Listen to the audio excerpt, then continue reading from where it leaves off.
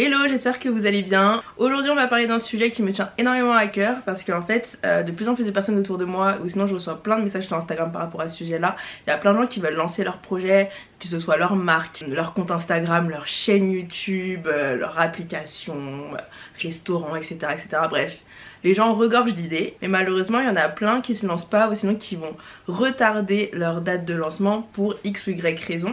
Et je me suis dit que ça pourrait être intéressant de parler de tout ça dans cette vidéo pour du coup vous aider, vous soutenir, vous donner des tips pour tout de même lancer votre projet, pour aller plus loin. Et ça, ce sera à la fin de la vidéo.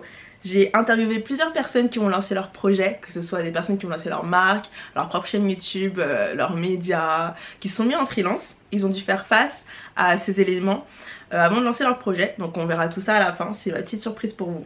On passe aux tips pour pouvoir lancer son projet. Déjà, avant de commencer, ce qui peut être hyper intéressant de faire, c'est de se poser les bonnes questions. Moi personnellement, j'aime bien me poser 3 questions. Est-ce que le projet me fait plaisir? Est-ce que je vais apprendre ou est-ce que je vais renforcer mes compétences dans ce projet-là? Et le dernier point, c'est est-ce que le projet apporte un plus aux autres? Et si je réponds à oui à ces 3 questions, je fonce. Comme je l'ai dit au début, il y a plein de gens qui ne lancent pas leur projet à cause de plusieurs choses, et ces choses là sont les suivantes. On a dans un premier temps le regard des autres, la peur de l'échec, ensuite le perfectionnisme, le manque de confiance en soi, le manque de temps et d'organisation, et le dernier c'est le manque de patience. On va décortiquer ces éléments ensemble. Le deuxième tips pour pouvoir lancer son projet, c'est de se détacher du regard des autres. La plupart d'entre nous ne lancent pas de projet, ne sortent pas de leur zone de confort parce qu'ils ont peur des avis des autres et ils ont peur de ce que les gens vont dire d'eux. Quoi que tu fasses, les gens vont parler de toi, ils vont parler de ton projet. Donc si tu fais rien, les gens vont parler sur toi. Si tu fais quelque chose, les gens vont parler sur toi. Tu peux faire le projet humanitaire le plus généreux du monde, éradiquer la faim dans le monde, donner 1 milliard d'euros à toutes les associations du monde. Tu auras forcément des haters derrière, tu auras forcément des gens qui vont mal parler de toi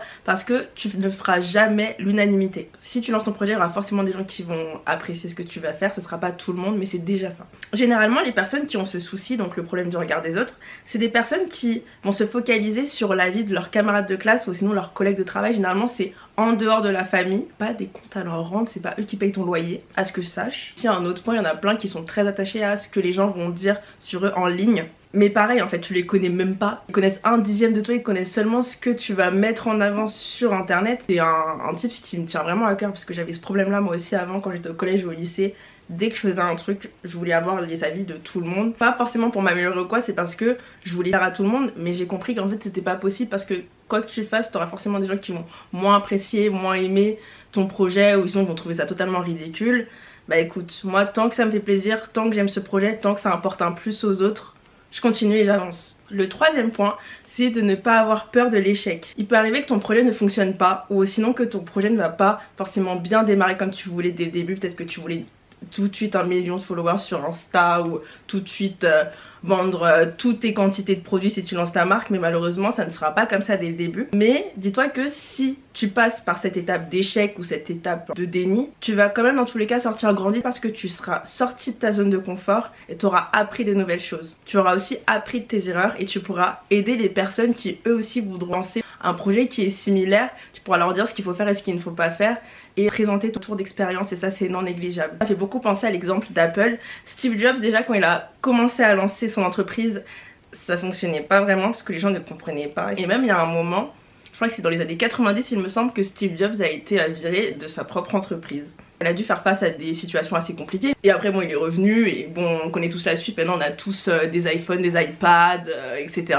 Grâce à ça il est quand même ressorti grandi. Je pense qu'il a dû apprendre énormément de choses suite à son départ de son entreprise dans les années 90 et ça ne l'a pas empêché de continuer d'avancer, de continuer d'innover, de créer des nouveaux trucs, créer l'iPhone, créer l'Apple Watch, l'iPod, etc., etc. Même si tu as des moments down, des moments où tu échoues, tu auras forcément un bon résultat au bout d'un moment si tu lâches pas et si tu continues d'avancer. L'autre point, c'est de vaincre le manque de confiance en soi. Plein de gens souhaitent lancer des projets, souhaitent lancer leur entreprise, mais ils ne se sentent pas légitimes parce qu'ils estiment qu'ils n'ont pas assez de connaissances, ils veulent connaître tout de A à Z pour se lancer. Je trouve que c'est dommage de penser comme ça parce que quand tu lances ton projet, tu vas apprendre davantage quand tu seras dans la pratique et dans l'action plutôt que quand tu seras dans la phase de théorie. Par exemple, si tu veux lancer une chaîne YouTube sur la crypto et quand tu vas faire le script de ta vidéo, tu seras obligé de faire des recherches obligé de te saisir et de comprendre les différents sujets pour pouvoir renforcer tes connaissances, donc c'est gagnant-gagnant. Et moi dans mon cas, grâce à mes vidéos YouTube et à ce que je fais sur les réseaux sociaux, sur l'organisation, le développement personnel, j'ai pu renforcer mes connaissances dans ces domaines-là, parce qu'il y a plein de choses que je connaissais pas. Je savais m'organiser toute seule dans mon coin, mais je connaissais pas beaucoup les méthodes, et c'est en lançant ma chaîne YouTube que je me suis dit c'est intéressant d'aller un peu plus loin. Donc je regardais beaucoup de contenu, j'ai lu beaucoup de livres, beaucoup d'articles, et c'est là où j'ai découvert par exemple la méthode Pomodoro, la loi de Parkinson, la méthode Zen to Done, etc. Quoi qu'il arrive, tu seras amené à renforcer tes compétences pour mener à bien ton projet. L'autre point, c'est de s'organiser. Enfin, il y en a plein qui disent oui, je peux pas me lancer, je peux pas faire tel ou tel projet parce que j'ai pas assez de temps. Mais est-ce que tu t'organises bien? C'est ça moi ma question. Comment est-ce que tu planifies ta vie? Parce que moi je pars du principe que tu peux te trouver du temps, c'est une question de priorité. Il y a des cas particuliers. Moi je m'adresse surtout aux jeunes qui eux n'ont pas de responsabilité, pas d'enfants à charge, qui sont soit célibataires soit en couple, mais qui peuvent faire ce qu'ils veulent, et si imaginons ils ratent, bah, c'est pas grave parce qu'il y a personne qui les attend derrière. C'est maintenant que tu veux lancer ton projet parce que tu as du temps, vu que t'as pas de responsabilité de personnes à charge. Je pense que les seuls points que tu as à faire qui peuvent te prendre énormément de temps, c'est soit l'école soit le travail. Mais en dehors de ça, tu peux gérer ton temps comme tu veux. Alors que dans un autre cas, là c'est peut-être un peu plus complexe, et je suis pas entièrement légitime de parler de ça, mais je vais quand même en parler. Quand t'es parent, quand t'as plusieurs enfants à charge, même les enfants en bas âge, là c'est un peu plus compliqué de gérer son temps parce que t'as des personnes qui dépendent de toi. Je comprends que là c'est un peu plus difficile de lancer son projet dans ces temps-là, même si pour moi c'est des questions de saison. Parce que là t'es peut-être dans une saison, dans ce cas-là où t'es maman ou papa, t'as des enfants à gérer, ton travail à gérer, du coup t'as même pas de temps pour toi. Mais je pars du principe qu'il y a plein de gens qui étaient dans ce cas-là et qui ont quand même réussi à lancer leur projet, mais qui sont pas mis la pression, ils ont vraiment commencé petit à petit. Ils se sont donné 1 heure dans la semaine sur le projet en question pour commencer, et après ils se sont mis un peu plus d'heures et ça a pris beaucoup plus d'ampleur et ils ont pu réussir leur projet. Donc moi je pars du principe que s'il y en a qui ont réussi à le faire, toi aussi tu peux le faire, c'est une question de priorité. Pour en revenir en général, donc là je m'adresse à tout le monde, si tu veux lancer tel ou tel projet, essaie de t'allouer du temps dans la semaine, 1 à 2 heures. Comme j'ai dit, c'est maintenant ou jamais si tu veux lancer, parce que dans tous les cas tu n'auras pas de regrets et tu sortiras de ta zone de confort et tu seras hyper fier de toi, donc c'est non négligeable. Travailler sa patience, tout le monde le sait, et c'était ce que je disais au début. Quand tu lances un projet, malheureusement t'as pas les résultats souhaités dès le début, t'as pas 1 million de followers, t'as pas 1 million d'euros qui arrivent comme ça parce que tout le monde a acheté ton produit, tout le monde a dit que ton produit était magnifique, etc., etc. T'as une grande phase où tu vas beaucoup travailler et tu auras très peu de résultats. Et il y en a plein qui vont abandonner à ce moment-là parce qu'ils vont se dire bah écoute, ça fait 3 mois que j'ai lancé et il se passe rien. Je comprends tout à fait la situation, c'est hyper frustrant quand tu travailles énormément, que t'as aucun résultat qui arrive par derrière. Il faut faire preuve de patience et être le plus régulier possible. Si par exemple là on parle de chaîne YouTube ou médias ou contenu sur les réseaux sociaux, il faut que tu postes le plus possible en mettant en place une stratégie, je sais pas, poster 3 à 4 fois par semaine, être très régulier, faire du contenu engageant, etc. Certes, au début tu n'auras pas beaucoup de résultats, tu n'auras pas beaucoup de commentaires, pas beaucoup de j'aime, pas beaucoup de partages, mais au fur et à mesure ça va commencer à augmenter petit à petit. Et moi je pars du principe que tout travail mérite salaire, donc dans tous les cas tu auras des résultats à un moment donné. Ça fait beaucoup penser à Amazon. Amazon a pris une 15aine d'années avant d'être rentable. Malheureusement Rome ne s'est pas construit en un jour. Ça aurait pu être stylé, mais ça s'est pas fait parce que la vie est un marathon. Et ça me fait aussi beaucoup penser à nous. Quand on est, on ne devient pas tout de suite adulte. On a la phase de bébé, enfant, ado, puis adulte. Et pour moi, créer son entreprise, c'est exactement la même chose. Ton projet ne sera pas directement dans la phase adulte. Tu es obligé de passer par la phase bébé, enfant, ado, puis adulte. L'autre point, c'est de ne pas être perfectionniste. Il y en a plein qui attendent que leur projet, que leur idée soit parfait, hyper organisé, sans pépins, sans rien du tout pour pouvoir le lancer. Ton projet ne sera pas parfait dès le début, il y aura des bugs, il y aura des défauts. Si tu attends que ton projet soit parfait, il va jamais se lancer. Surtout que quand on est perfectionniste, on se met énormément en question. La meilleure solution, c'est de sortir son projet et de faire des itérations. Les itérations, c'est de faire des nouvelles versions au fur et à mesure. Par exemple, quand on regarde une application, il y a tout le temps plein de versions, il y a la version 1.2, 1.3, 1.4 et elle s'améliore au fur et à mesure. Enfin, elles vont commencer en version simplifiée avec très peu de fonctionnalités pour voir si ça fonctionne, si ça répond bien aux besoins du client, si c'est valide, enfin si tout est ok. Les clients aussi, il y en a plein qui peuvent envoyer des messages ou répondre sur l'App Store ou autre et dire oui, il y a tel problème avec telle fonctionnalité, ou oui, ça j'ai pas trop compris comment ça fonctionne. Ok. Merci pour vos feedbacks, merci pour les retours utilisateurs, on va faire des ajustements et après on va proposer une nouvelle version un peu mieux au fur et à mesure. Et c'est grâce aux itérations que là à la fin tu vas avoir un projet qui sera parfait entre guillemets, même si je pense que les itérations ça ne s'arrête jamais, mais tu auras un projet qui sera beaucoup mieux agencé. Et je trouve que c'est la meilleure solution de lancer son projet et de l'améliorer au fur et à mesure en fonction des retours des utilisateurs. À la fin, tu sais que tu pourras vendre parce que si les clients te donnent leur retour, tu fais des ajustements, les clients ils vont valider et ça va permettre d'accroître la conversion et ça on adore. L'autre point, c'est de s'entourer des bonnes personnes. Si tu as un projet en particulier, dans un secteur en particulier, essaye de t'entourer de personnes qui sont déjà dans ce type de projet, dans ce type de secteur. Comme ça, vous pouvez vous soutenir entre vous, là où les personnes en question pourront te donner des tips ou des moyens pour pouvoir renforcer tes connaissances, pouvoir aussi te motiver si tu es dans des moments down. Et toi aussi, pareil de ton côté, tu pourras motiver là où les personnes. Avoir une équipe ou une personne qui t'aide à te lancer, je pense que ça c'est non négligeable, on en a vraiment besoin. La partie tips est terminée. Je vais vous laisser avec mini interviews avec quelques personnes qui ont lancé leur projet, que ce soit concept store, chaîne YouTube, etc. Ma première question, est-ce que vous pouvez vous présenter? Bonjour, je m'appelle Ashley, je suis la fondatrice de AI & Co et de AI & Co Insight. AI & Co, c'est un concept store en ligne qui réunit des marques de créateurs engagés.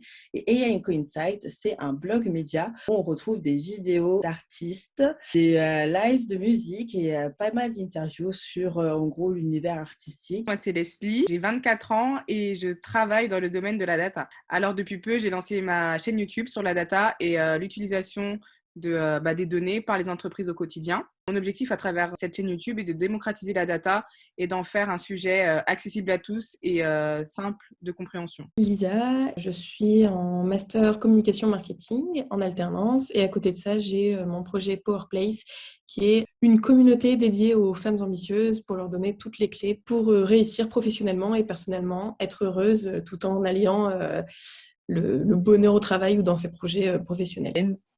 J'ai 21 ans, je suis diplômée en bac+3 communication, donc un bachelor filière communication marketing digital. Sinon, je suis créatrice de contenu sur les réseaux sociaux. J'ai une entreprise à côté qui développe petit à petit. J'ai une chaîne YouTube et voilà.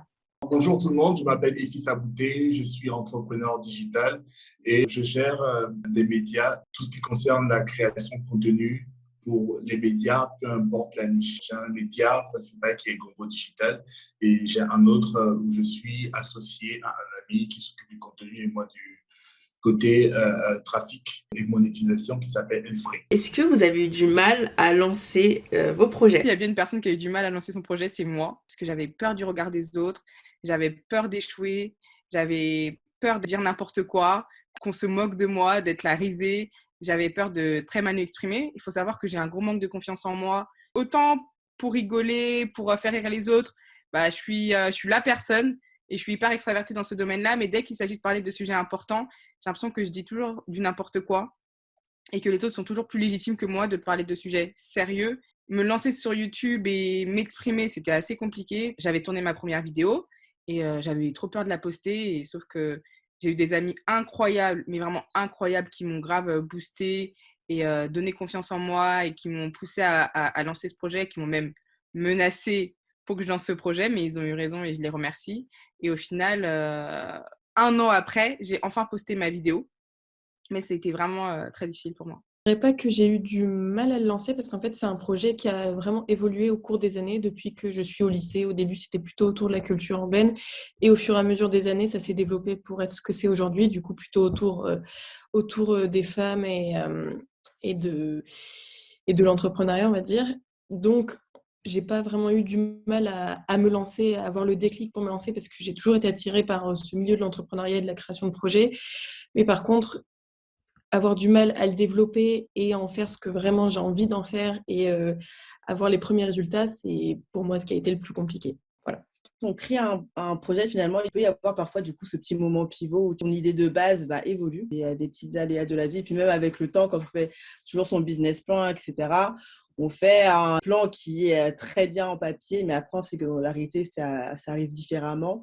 Mais à la fin, normalement, si ton projet est assez viable, il arrivera toujours à éclore quoi qu'il arrive et à très bien évoluer. Comme je suis une personne assez extravertie, mais à la fois introvertie, extravertie parce que j'ai cette facilité d'aller vers les autres, mais introvertie dans le sens où je vais garder énormément de choses personnelles pour moi, donc je vais pas non plus trop m'exposer au point que les personnes puissent se permettre d'avoir un mot à dire. Donc ça fait que du coup, j'ai beaucoup plus de conflits internes que externes. Externe, on va me dire des choses, ça va rentrer, mais voilà, ça n'aura pas trop d'impact. Alors que interne, je me pose énormément de questions. Je suis une personne, je réfléchis énormément.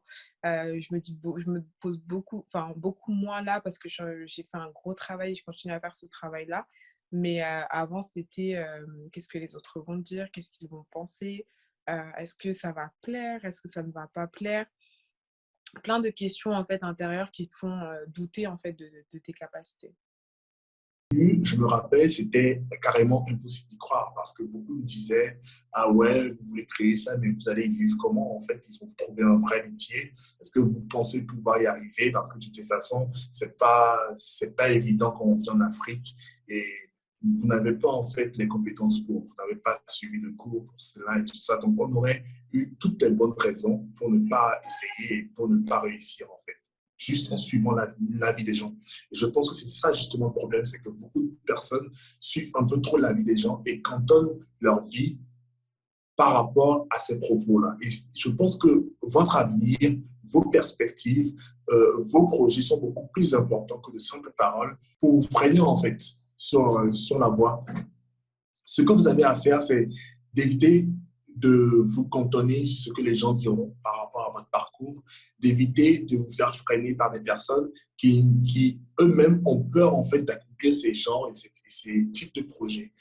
Et si c'était que nous avions entendu les on-dit de tout ce que les gens ont essayé de partager par rapport à ça, tout ce que les gens ont dit de mal, tout ce que les gens ont dit de décourageant par rapport à ces médias-là, je ne pense pas qu'aujourd'hui nous aurions eu le trafic qu'on a aujourd'hui. Aujourd'hui, nous avons près de 10 millions de pages vues pour près de 5 millions de visiteurs par mois.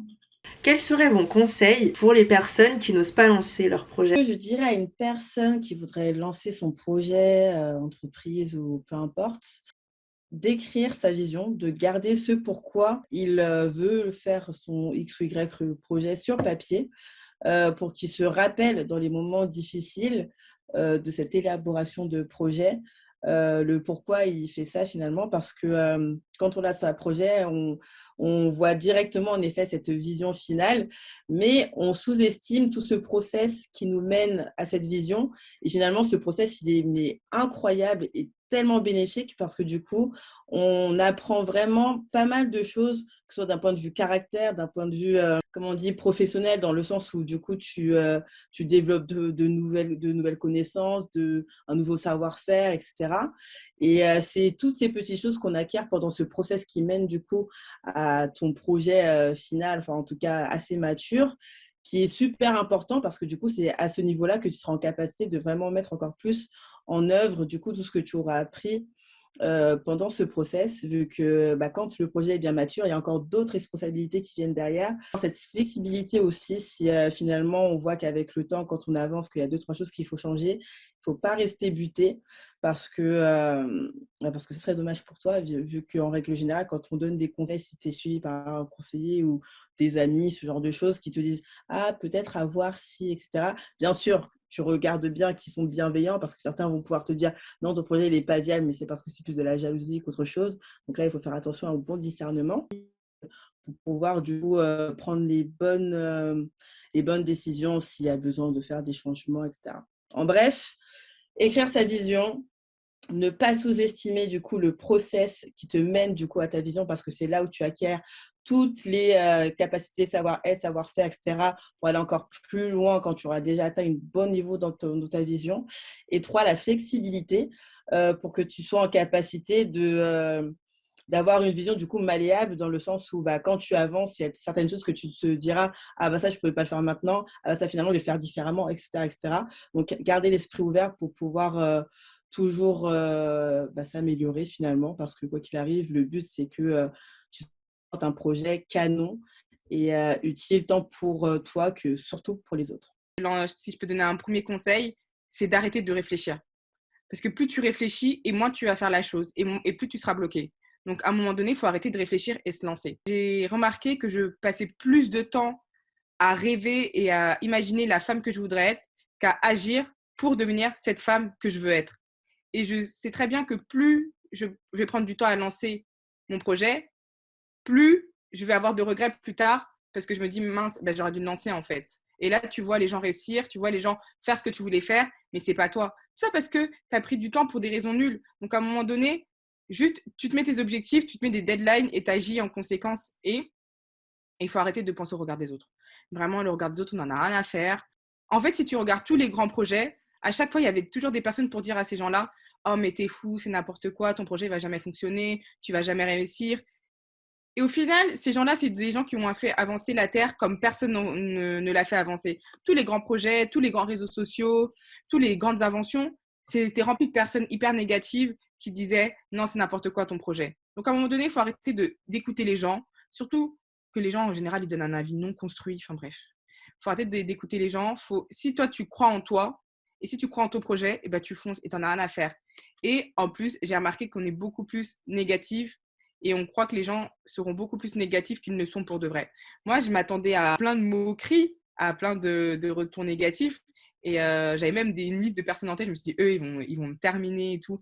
Alors que pas du tout. Enfin, j'ai été hyper encouragée. J'ai eu que des retours positifs. Même des gens avec qui je ne parle pas du tout. Enfin, des gens avec qui je n'ai aucun contact. Ils ont pris 9 minutes de leur vie pour regarder ma vidéo et pour ensuite venir dans mes DM me dire que ma vidéo était trop bien.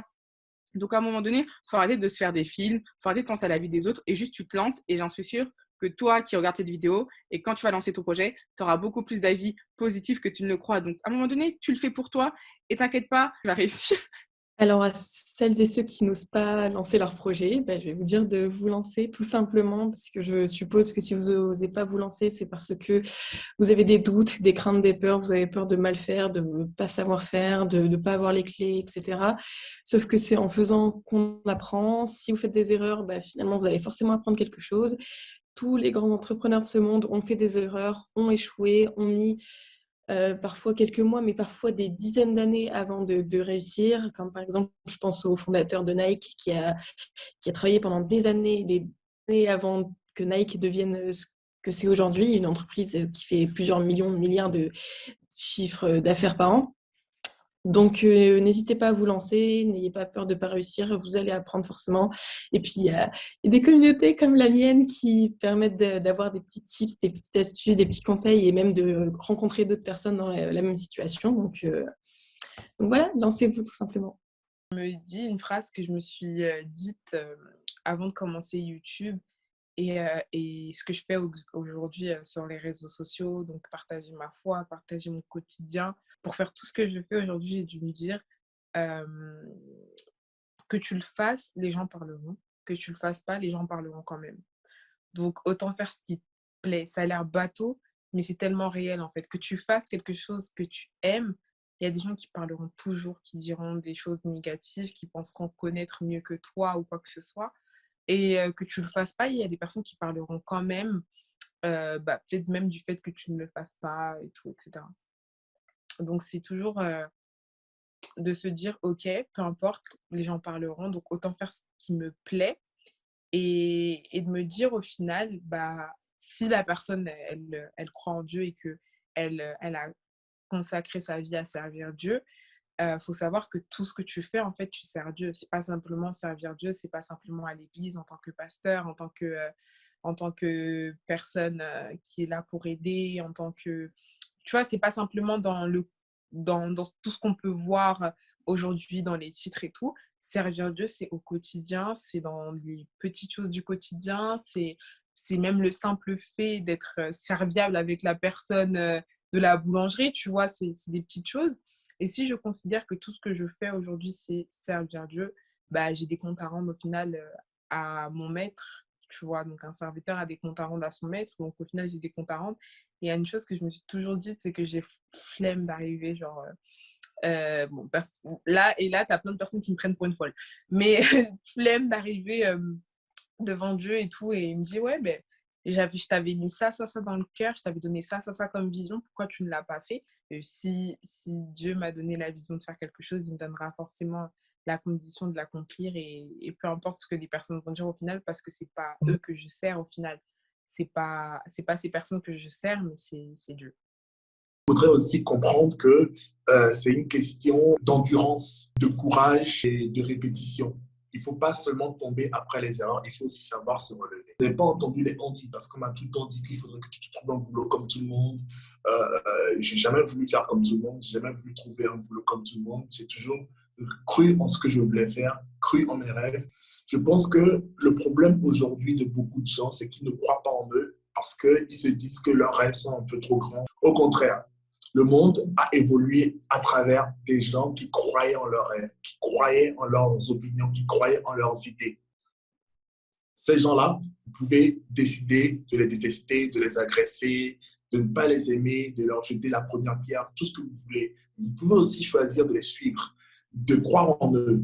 Vous pouvez choisir, poursuivre en fait leurs rêves avec eux, de les aider à réaliser ce que vous croyez impossible. Et à partir de là, vous allez voir que les choses vont commencer à évoluer et changer dans votre entourage.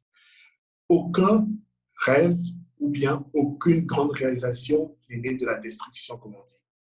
Toute chose part toujours d'un objectif destiné à changer le monde et à changer les choses. Et vous, vous êtes les premières personnes capables de changer les choses dans votre entourage. Voilà ce que j'ai à dire. Cette vidéo touche à sa fin. N'hésitez pas à lister aussi vos tips en commentaire si vous en avez pour ceux et celles qui n'osent pas lancer leur projet, même à donner des avis par rapport à cette vidéo. Si vous comptez lancer votre projet ou si vous avez déjà lancé votre projet et si vous voulez en discuter, n'hésitez pas à me contacter sur les réseaux sociaux parce que j'aime trop découvrir des nouveaux projets, voir des gens qui se lancent dans l'entrepreneuriat, etc. Je trouve ça super stylé et c'est hyper important qu'on se soutienne ensemble si on veut que le projet se développe et puisse être à grande échelle. Et on se dit à la prochaine. Salut!